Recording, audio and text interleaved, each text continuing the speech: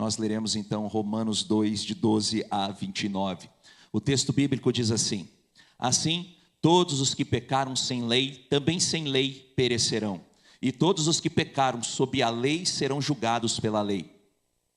Porque justos diante de Deus não são aqueles que somente ouvem a lei, mas os que praticam a lei é que serão justificados. Quando, pois, os gentios que não têm a lei fazem, por natureza, o que a lei ordena, eles se tornam lei para si mesmos, embora não tenham a lei. Estes mostram a obra da lei gravada no seu coração, o que é confirmado pela consciência deles e pelos seus pensamentos conflitantes, que às vezes os acusam e às vezes os defendem.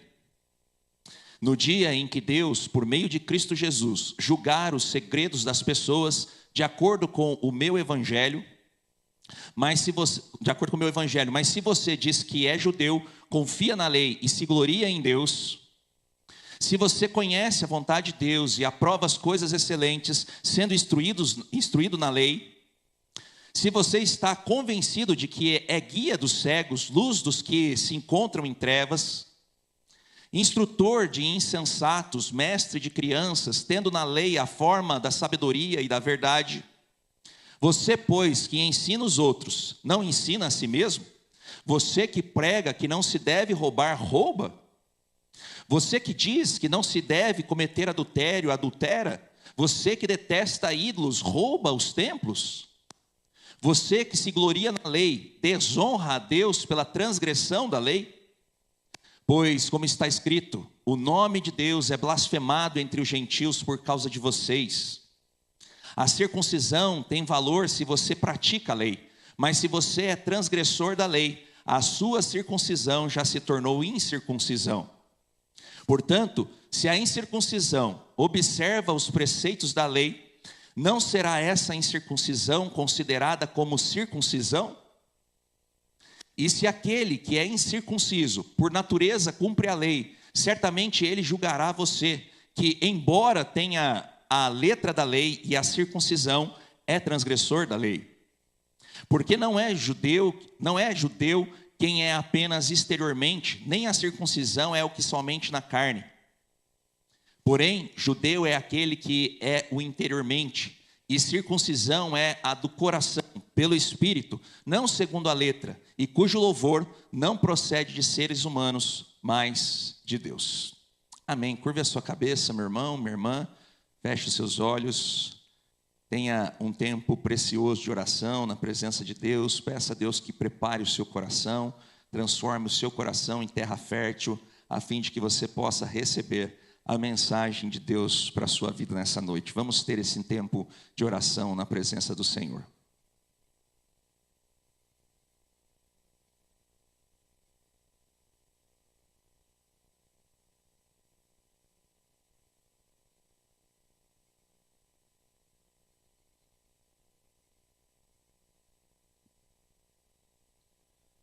Pai, nós queremos expressar a nossa gratidão pelo convite amoroso que o Senhor nos fez para estarmos aqui essa noite. É um grande prazer para nós estarmos na Tua presença, podendo louvar e bendizer o Teu nome, estar na comunhão daqueles que nós podemos chamar de família da fé. E também, ó Pai, um grande privilégio, prazer para nós é nos calarmos nesse instante e silenciar nossa mente e coração para ouvirmos a Tua voz. Nós entendemos, ó Pai, que a Tua voz é importante, preciosa, necessária para a nossa vida, para a nossa caminhada. Nós também declaramos aqui a nossa total dependência do Senhor. E precisamos agora, Pai, que o Senhor ilumine os nossos passos, que o Senhor clareie o nosso caminho, para que nós possamos sempre, ó Pai, estar indo em direção ao Senhor, e não, ó Pai, numa direção contrária. Que o Senhor mesmo nos ensine, ó Pai, a termos passos sempre firmes nos Teus caminhos. E que a Tua palavra agora possa também limpar de dentro de nós, do nosso coração, aquilo que não pertence ao Senhor, ó Pai. Nós clamamos nesse instante, ó Pai, que o Teu Espírito Santo nos limpe por completo e nos encha de Ti, ó Pai. Que nós saiamos daqui transformados pela ação do Senhor. E que a cada dia mais, ó Pai, a nossa vida não envergonhe a Ti, mas glorifique o Teu nome, ó Pai. Abençoa, Pai, esse momento de reflexão. Fala conosco. Essa é a nossa oração, no nome de Jesus. Amém. Queridos irmãos e irmãs, meus amigos e amigas, se nós pudéssemos, nos dias atuais, tirar um raio-x de como está a saúde da nossa sociedade, certamente nós concordaríamos com algumas coisas. Essas coisas, aliás, já foram diagnosticadas pelo apóstolo Paulo no final do capítulo 1, e nós queríamos relembrar e fazer com que você também pensasse se você concorda com o diagnóstico da saúde que está a nossa sociedade nos dias atuais. Certamente, nesse raio-x, nós poderíamos perceber que a maioria das pessoas nos nossos dias estão imersas ou estão vivendo uma impureza sexual. Aliás, foi assim que Paulo começou a denunciar o problema que existia entre os gentios. Pessoas que tinham se distanciado da vontade de Deus e começaram a viver segundo as suas próprias vontades. E aí distorceram, a questão sexual que Deus havia criado. Esse é um problema que também existe nos nossos dias. Muitas pessoas estão vivendo essa impureza sexual. E eu concordo com você, se você pensa dessa forma, também acho que assim está. Mas também, nesse raio-x, nós poderíamos diagnosticar que muitas pessoas hoje trocaram também a verdade pela mentira. Em vez de dizer a verdade, em vez de viver a verdade, essas pessoas estão dizendo a mentira e vivendo a mentira. Talvez a nossa sociedade, conhecida inclusive pela pós-verdade, tem vivido uma aparência mentirosa, tem tido palavras que são muito mais parecidas com a falsidade, com a hipocrisia, do que a sinceridade e uma vida que transparece a verdade. Eu concordo também com isso. Nós vivemos dias atuais que as pessoas se escondem atrás de uma falsa aparência. E talvez, dentro dessa radiografia, aparecesse lá, as redes sociais, Facebook, Instagram, Twitter, outras redes que nós temos aí, mostrando as pessoas muito preocupadas com a sua aparência e pouco preocupadas com a sua essência. Também, talvez, nos nossos dias, dentro dessa radiografia, nós veríamos que a prática da injustiça, da perversidade, da maldade, são mais comuns e são mais regra no nosso meio do que a prática da justiça e da bondade. Nós estamos mais acostumados nos nossos relacionamentos, nos nossos ambientes de trabalho, na nossa vida em sociedade, a vivenciar mais os nossos relacionamentos, a injustiça, a maldade, do que a bondade, e a justiça. Não é raro a gente conversar com pessoas que se sentem injustiçadas. Não é raro que a gente converse com pessoas que também, de alguma forma, já se sentiram alvos de algum tipo de maldade nos seus relacionamentos. É difícil hoje a gente conversar com pessoas que falam: nossa, aquela pessoa de fato foi justa comigo.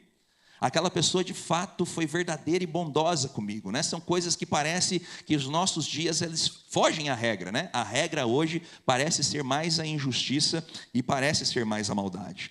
Nesse raio-x, assim também como Paulo assevera no final do capítulo 1, nós temos uma sociedade onde existem altos índices de inveja, altos índices de assassinato e violência, altos índices de discórdia, altos índices de desobediência às autoridades. Nós estamos também vivendo tempos difíceis nessas áreas, Nós temos muitas pessoas que, ao invés de se alegrarem conosco pelo avanço na nossa vida, estão mais preocupados em lançar sobre nós um olhar de inveja. Nós vivemos dias onde os índices de assassinato, principalmente no nosso país, parecem crescer todo o tempo. Em algumas regiões isso não é um fato, mas nas regiões que nós temos mais injustiça social e pobreza, isso é um fato recorrente. Nós vemos muitos dados, muitos índices mostrando como a violência cresce no nosso país e também cresce nos nossos relacionamentos, porque às vezes a polícia não fica sabendo das violências que existem dentro da nossa casa, mas os nossos relacionamentos às vezes são marcados por violência. O jeito que a gente fala com a nossa esposa, o jeito que a esposa fala com o marido, o jeito que os pais falam com os filhos, o jeito que os filhos falam com os pais, também demonstram que nós somos pessoas que hoje aderiram também a certo grau de violência. As discórdias, dificilmente nós encontramos pessoas que buscam a paz. Vivemos dias de intolerância, inclusive entre familiares, inclusive entre cristãos, pessoas que não conseguem mais buscar a pacificação, mas preferem aderir à discórdia e ao distanciamento. E também a questão da desobediência às autoridades, Hoje nós vemos os filhos que não obedecem mais os pais que já não buscam mais também ter a autoridade pelos filhos, inverteram os papéis, deixando que os filhos mandem dentro de casa, né? E a gente vê essa crise de desobediência de autoridade também nos trabalhos, né, nas empresas, onde os funcionários não conseguem ter uma relação de respeito para com seus superiores. A gente tem dificuldade de ver as pessoas também respeitando as autoridades. A gente entra na rede social, parece que as autoridades são alvos das nossas piadinhas, de chacotas, né? E isso a gente também vê crescendo nos nossos dias. Então a denúncia que o apóstolo Paulo faz no final do capítulo 1, de como o pecado, né, inundou a nossa sociedade, inundou o ser humano, também é um raio-x, um diagnóstico que nós podemos fazer nos nossos dias. Mas depois de lembrar dessas coisas que nós já vimos no final do capítulo 1, também na semana passada, quando ouvimos também a relação do ser humano com o pecado, é preciso que eu afirme uma coisa importante quando nós lemos os versículos que nós lemos há pouco. Nós não podemos dizer que as pessoas que estão vivendo essa vida, ou assim a gente pensa, né, apontando sempre o nosso dedo para aqueles que estão fora da religião, para aqueles que estão fora da igreja, são pessoas que na nossa imaginação são consideradas pessoas piores do que nós que estamos dentro da igreja, do que nós que somos religiosos. Aí, nesse diagnóstico que você às vezes faz, olhando para fora e dizendo que os de fora estão em situação pior do que aqueles que estão dentro, eu sou obrigado a discordar de você. Aliás, não sou só eu que discordo de você. A própria palavra de Deus e os versículos que nós acabamos de ler vai dizer que o ser humano está na mesma condição diante de Deus. Nós crescemos dentro dos ambientes evangélicos e de igreja dizendo que para Deus não tem pecadinho e não tem pecadão. Mas para nós, muitas vezes, nós insistimos em fazer essa distinção. E quando nós dizemos que fora da igreja, a situação da sociedade é terrível, é cheia de mazelas, e a gente se retira dessa sociedade dizendo que a gente não faz parte dela, a gente está vivendo uma vida de hipocrisia. Todas as vezes que a gente reclama que o mundo está como está, a gente negligencia que o pecado que vive lá fora é o pecado que também vive aqui dentro. E por isso, quando nós lemos a carta do apóstolo Paulo, principalmente capítulo 2, esses versículos que nós acabamos de ler, nós identificamos uma coisa muito importante que muitas vezes a gente deixa passar desapercebido. O que Paulo está asseverando aqui nesses versículos que nós lemos é que o pecado é universal. O pecado não atinge apenas as pessoas que estão fora da igreja, mas o pecado também nos atinge. A partir de Adão e Eva, o pecado atingiu a humanidade, atingiu o nosso entendimento, a forma como a gente vê as coisas, a forma como a gente age, a forma como a gente sente, o nosso coração, os nossos relacionamentos, tudo foi atingido pelo pecado. E isso não é só para aqueles que são chamados de gentios, mas para aqueles também que são chamados de judeus. E é interessante que na semana passada, quando o seminarista Lucas estava trabalhando o início do capítulo 2, e a gente também tinha falado no final lá, né, do capítulo 1, que Paulo faria uma argumentação sobre a ira de Deus e a relação da ira de Deus com o pecado. Essa ideia vai até o capítulo 3, versículo 20, e Paulo vai asseverando, Paulo vai argumentando e vai dizendo o seguinte: olha, você que está dentro da igreja e que está ouvindo essa carta, essa leitura dessa carta, e você se acha melhor do que aquele gentil que está do seu lado, que veio de uma realidade mundana e comete muitos pecados, eu queria dizer para você, que tem poder da lei na mão, que conhece a palavra de Deus, que é religioso, você é tão pecador quanto ele. É isso que Paulo está dizendo aqui. Paulo, quando começaram a ler a carta dele, talvez lá dentro da comunidade de Romanos, os judeus cristãos, aqueles que tinham se aproximado da fé, talvez ouvindo aquele começo do capítulo 1, os primeiros versículos do capítulo 2, os judeus cristãos que eram religiosos, que conheciam a lei, talvez estavam cutucando um outro, dizendo assim: ah lá, está vendo, Paulo está descendo a lenha, descendo o chicote nos gentios, porque eles vivem essa realidade toda deturpada, toda viciada, toda distante de Deus. E eles estavam felizes ali, porque eles estavam se colocando numa condição de maiores, melhores diante de Deus, do que estavam vindo do mundo gentílico. E aí de repente Paulo vira, né, o ensinamento e diz: não é só os gentios que passam por isso, por essa impureza, por esse domínio do pecado, mas você que diz que observa a lei, que tem a lei nas suas mãos, que foi circuncidado, que vive rituais, você é tão pecador quanto o gentio. E é interessante como Paulo vai fazendo essa amarração, porque a partir disso ele traz a consciência de cada pessoa que estava ali na comunidade romana e também da nossa consciência. Uma doutrina muito importante que a gente insiste nos nossos dias de não querer pregar porque não agrada o ser humano, que é a doutrina da depravação total.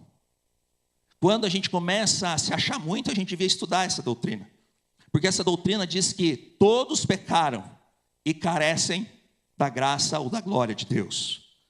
Isso quer dizer que Deus não tem um olhar diferente para um e tem um olhar diferente ou menor para outro. Não existem favorecidos, mas Deus olha para o ser humano e vê a pecaminosidade que existe no seu coração, no meu coração, no seu coração.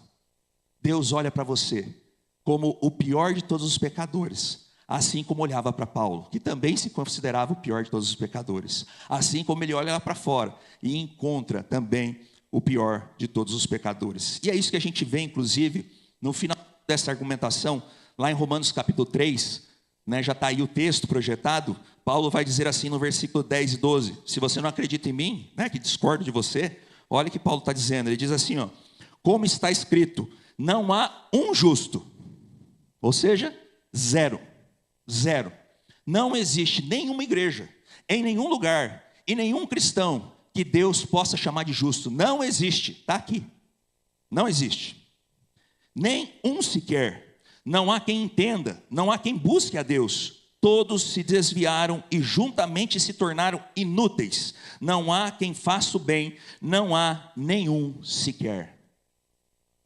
Isso é muito interessante, meus irmãos, porque assim como o religioso do passado, os religiosos do presente insistem em olhar para o texto bíblico ou para a relação dele com Deus e achar melhor do que aquelas pessoas que muitas vezes estão distantes de Deus. E dentro dessa argumentação de Paulo, ele vai destacar algumas coisas que nós precisamos pensar. Não é só baixar um pouco a nossa crista, baixar um pouco a nossa bola, entender que a gente é tão pecador quanto as outras pessoas, que a gente precisa tanto de Deus como as outras pessoas que a gente diz que estão perdidas, porque nós também estamos perdidos e constantemente somos encontrados por Cristo. É também pensarmos nessa argumentação de Paulo, para percebermos aquilo que Paulo fala, que uma vez que a gente se reconhece pecador, começa a surgir no nosso coração. E a primeira coisa que eu queria dizer para você é que se o pecado é universal, não se esqueça, o julgamento final também é. Olha, vou repetir. Se o pecado é universal, atingiu todas as pessoas sem distinção. Aquelas que a gente acha que é melhor, aquelas que a gente acha que é pior, aquele que se acha religioso, aquele que não é religioso, aquele que vive no mundo, aquele que vive fora do mundo. Todo mundo pecou. O texto bíblico também vai dizer que o julgamento de Deus é para todo mundo. O juízo de Deus chega para todo mundo. Isso quer dizer, meus irmãos, que não é só o pecado que atinge a humanidade, mas a justiça de Deus também. E nesse sentido, Paulo está trazendo a ideia que se o pecado não escolhe quem ele vai atingir, não escolheu o coração que ele foi habitar, porque ele habitou em todo o coração, isso significa que o julgamento de Deus também não vai escolher e não vai ter favoritismo. Sabe o que isso significa? Que você pode ter nascido na igreja, que você pode ter crescido na igreja, que você pode ter sido batizado na igreja, que você pode ter publicado a sua fé na igreja, que você pode ter vivido vários ministérios na igreja e acabar no inferno. Por quê? Porque a circuncisão externa não tem a ver com a circuncisão interna. Se a obra de Deus não acontece no seu coração e você se entende como um pecador que precisa desesperadamente de Deus, da justiça de Deus na sua vida, você pode sim sofrer a pior sentença no julgamento final. É interessante que Calbart, quando está falando sobre essa passagem, Calbart foi um dos maiores teólogos do século XX e também um pastor suíço que falou em meio à Primeira Guerra, Segunda Guerra, num ambiente conturbado, onde a sociedade já tinha perdido as esperanças em relação ao ser humano. Afinal de contas, muitas barbaridades aconteceram na Primeira e na Segunda Guerra. E ele então lendo a carta de Paulo aos Romanos, ele comenta que quando Paulo apresenta a lei na carta dos Romanos, ele está mostrando um caminho de salvação. Não porque a lei nos leva até a salvação, como o judeu pensava, como o judeu aqui também da carta estava pensando. Não porque os rituais nos levam, porque a lei na verdade espelha quem realmente nós somos. É diante dos princípios e dos valores de Deus que eu descubro que eu não sou justo. Aí, inclusive, João Calvino, o grande reformador, vai dizer que a lei é pedagoga ou ela é pedagógica. Por quê? Porque ela mostra para o ser humano que sem a graça de Deus ele não chega a lugar nenhum. Você já teve a impressão, quando você leu a Bíblia, que você fala, não, isso aqui não dá para fazer não. É impossível. É impossível eu agradar um Deus tão santo, tão justo como esse. Não dá. Se você leu a Bíblia e teve esse sentimento, você começou a entender. Porque a lei foi criada para mostrar para o ser humano que não é através da lei que ele é salvo, mas a lei foi criada, segundo os reformadores, os pastores aos longos dos tempos, para dizer para nós que a lei serve para mostrar o quanto a gente é dependente de Deus, porque senão lá no julgamento final, a sentença vai ser desfavorável. Se o pecado é universal, meus irmãos, a justiça de Deus também é. E a gente precisa perceber que nós não somos suficientes para satisfazer a justiça de Deus. Mas a gente, quando percebe essas coisas, a gente também é forçado a admitir que muitas vezes a gente tem uma confiança e uma segurança um pouco ou um tanto quanto equivocado. E essa é uma segunda parte da reflexão e da argumentação de Paulo. Porque Paulo vai destruir a presunção dos judeus e também dos religiosos daquele tempo e também dos nossos tempos, que pensam ter privilégios diante de Deus ou favores especiais diante de Deus, porque seguem os ritos ou seguem a lei. E aqui eu quero dizer para você, meu irmão, como pastor também, que está inserido nesse meio religioso, que a gente não pode pensar que o fato da gente vir todo domingo na igreja, participar dos trabalhos da igreja, participar dos ritos da igreja, participar na nossa casa, talvez com orações, com leitura bíblica, que isso faz a gente ter um olhar mais carinhoso de Deus para a nossa vida, porque Deus não age dessa maneira.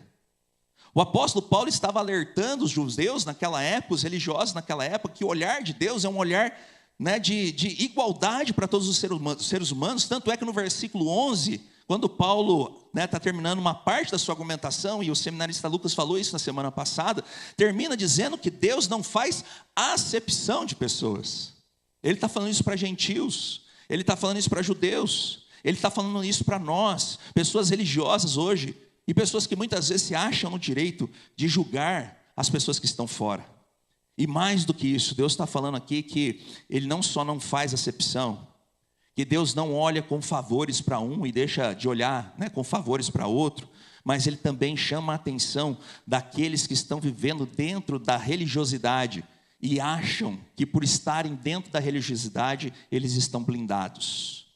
E aí numa primeira pergunta ele diz assim: você, pois, versículo 21 e 22 do capítulo 2 que nós lemos, você, pois, que ensina os outros, não ensina a si mesmo? Você que prega que não deve roubar, rouba? Você que diz não se deve cometer adultério, adultera? Você que detesta ídolos, rouba o templo? Ou seja, ele está falando para o judeu e para o religioso da época deles o seguinte: se você está falando, julgando, falando para os de fora que eles têm que mudar de vida, que eles têm que parar de adulterar, que eles têm que parar de roubar Deus, que eles têm que ter uma vida diferente, que eles precisam andar de maneira mais firme nos caminhos do Senhor, por que você fala para os outros, mas você não vive isso? E se tem uma coisa que os religiosos de hoje gostam, é de abrir a boca e falar dos outros. Porque você tem que mudar isso, porque você tem que viver isso. Olha como a pessoa não vive isso. Olha, a pessoa tinha que ser diferente, a pessoa tinha que andar mais certo. Mas quando a gente passa um raio-x na vida da pessoa religiosa que está julgando o outro, como é que ela vive? Totalmente desvirtuada das promessas, dos princípios e dos valores de Deus. Paulo vai dizer que essa blindagem que você acha que você vive, porque eu sou religioso, eu tenho ministério, eu vivo para Deus, eu faço isso, eu faço aquilo, isso não serve de nada, se no seu coração e na sua consciência não está verdadeiramente submisso à vontade de Deus. E aí ele faz uma segunda pergunta para eles refletirem. Ele diz assim, versículo 23 e 24, você que se gloria na lei, desonra a Deus pela transgressão da lei? Pois como está escrito, o nome de Deus é blasfemado entre os gentios por causa de vocês. Gente, que coisa dura. Paulo está dizendo assim: vocês se gloriam na lei, porque vocês têm a lei, porque vocês têm a palavra de Deus, porque vocês estudam a palavra de Deus, mas vocês desonram a Deus. E pior do que isso, a desonra de vocês faz que o nome de Deus seja blasfemado entre aqueles que não são religiosos. Olha que coisa dura. O nosso testemunho, a forma como a gente vive, está afastando as pessoas de Deus. Está fazendo com que as pessoas lá de fora, olhando para os religiosos, falem: esse povo aí fica falando sobre santidade, fica lá o tempo todo dentro da igreja, mas quando sai da igreja, o nome de Deus é blasfemado através da vida deles. Não está certo isso não. Eu não quero ir para essa igreja. Eu não quero ser como essa pessoa. E Paulo está advertindo os judeus cristãos: olha, cuidado, porque vocês estão se colocando numa posição de que vocês têm um status diante de Deus, mas na verdade, vocês estão muito piores lá no coração, mais apodrecidos do que aqueles que vocês estão julgando. Não se esqueçam, o pecado é universal, a justiça é universal, e você não consegue enganar Deus. Deus conhece o coração. E ele vai terminar a sua argumentação dizendo: quem é então o verdadeiro judeu? Interessante, meus irmãos, porque os judeus receberam esse nome porque eles se consideravam filhos da tribo de Judá. Judá foi a parte, né, de Israel que se manteve, né, pura ao longo dos tempos, preservando a lei, sem ter uma mistura com outras nações. Mas quando a gente vai ler o nome Judá, que é um dos filhos, inclusive, de Jacó, a tradução de Judá é aquele que louva a Deus. Aquele que louva a Deus. Portanto, um verdadeiro judeu não é aquele que nasceu numa etnia, não é aquele que passou pelo rito da circuncisão ao 8º dia, não é aquele que muitas vezes observa os rituais, as festas religiosas, na visão de Paulo. Não é aquele que vai viver, né, enfurnado dentro dos trabalhos da igreja e sem pensar na vida, nas outras coisas, ou viver de maneira alienada à sociedade. Mas o verdadeiro judeu, ou seja, aquele que realmente louva a Deus, é aquele que não circuncidou, né, a aparência, o lado externo, mas é aquele que fez a circuncisão do seu coração. E a circuncisão do coração não pode ser feita pela religião, não pode ser feita pelos ritos, não pode ser feita por um pastor, não pode ser feita por uma igreja. A circuncisão do coração só pode ser feita pelo Espírito Santo de Deus. Paulo está dizendo para aqueles que se acham melhores, que estão tentando escapar do julgamento final porque se acham melhores, que eles na verdade não possuem a circuncisão do coração, porque eles nunca experimentaram o Espírito Santo de Deus nas suas vidas. E essa é a realidade que muitas vezes nós temos visto nos nossos dias. Olha que triste, meus irmãos. Os religiosos dos nossos dias, e nós temos que nos colocar dentro dessa esfera, porque nós somos religiosos. Nós, muitas vezes, nunca, na nossa caminhada cristã, experimentamos o Espírito Santo no nosso coração. O Espírito Santo que nos alerta a consciência, dizendo: não é por aí.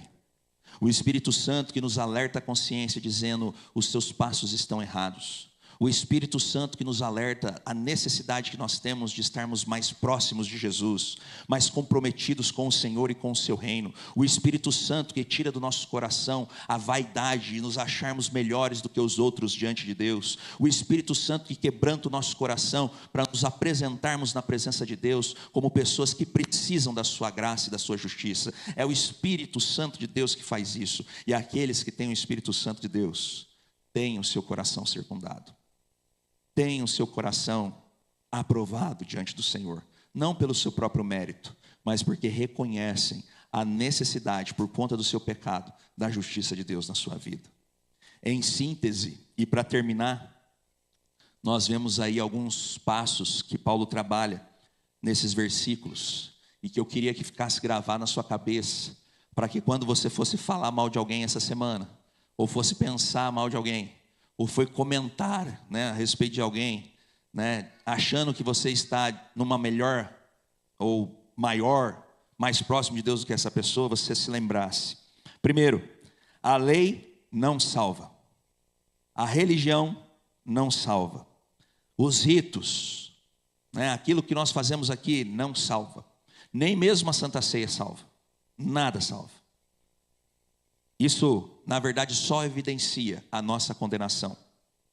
Se Jesus não estiver presente na nossa vida, não há qualquer tipo de rito que tenha poder para salvar a gente, nem mesmo a lei que Deus nos deu. Segundo, o juízo de Deus é imparcial, e ele vem sobre judeus e gentios e também sobre religiosos e não religiosos. Não é só o pecado que está sobre nós, mas da mesma forma também a justiça de Deus. E por último, a verdadeira obediência, ela não se reflete de maneira externa, mas ela se reflete no nosso interior. E ela é feita pelo Espírito Santo e se evidencia na nossa vida, aí sim, por frutos de regeneração. É o que o Espírito produz em mim e através de mim, que mostra se verdadeiramente eu sou ou não sou judeu, circuncidado, povo de Deus, família do Senhor, filhos e filhas do nosso Senhor e Salvador Jesus Cristo. Que você leve isso, na sua cabeça. Até o capítulo 3, versículo 20, nós vamos apanhar um pouco, Nós vamos refletir um pouco sobre a nossa condição. E talvez nunca na história da igreja fosse tão necessário, ou é tão necessário que a gente pregue sobre isso. Porque nós vivemos hoje dias de teologia facilitada, teologia do coaching, Não o coaching da maneira que surgiu, para ser mentor da vida de alguém, mas aquele coaching que só traz palavras doces, palavras de ânimo para nós. Isso faz com que a gente se distancie da nossa verdadeira condição. Nós temos a palavra de Deus que diz de Gênesis a Apocalipse a respeito do plano de Deus para salvar o ser humano pecador. E se você não reconhece, ou não se reconhece como um pecador, meu irmão, minha irmã, cuidado com a justiça de Deus. Cuidado. É preciso que nós nos coloquemos no nosso lugar e a gente entenda, o sacrifício de Cristo por cada um de nós. Quando a gente rejeita a nossa condição pecadora, olha só como isso é forte, Paulo vai falar mais para frente. Se eu rejeito a minha condição pecadora, eu rejeito também o sacrifício de Cristo por mim. Que você não se esqueça disso, não só essa semana, mas também na sua caminhada, para que nunca suba no seu coração ou na sua mente qualquer tipo de orgulho ou vaidade de que você é alguém ou alguma coisa. Porque diante de Deus, todos nós precisamos da sua graça por sermos pecadores. Eu queria chamar nesse instante até à frente o conselho da igreja e nós procederemos à ministração da Santa Ceia do Senhor.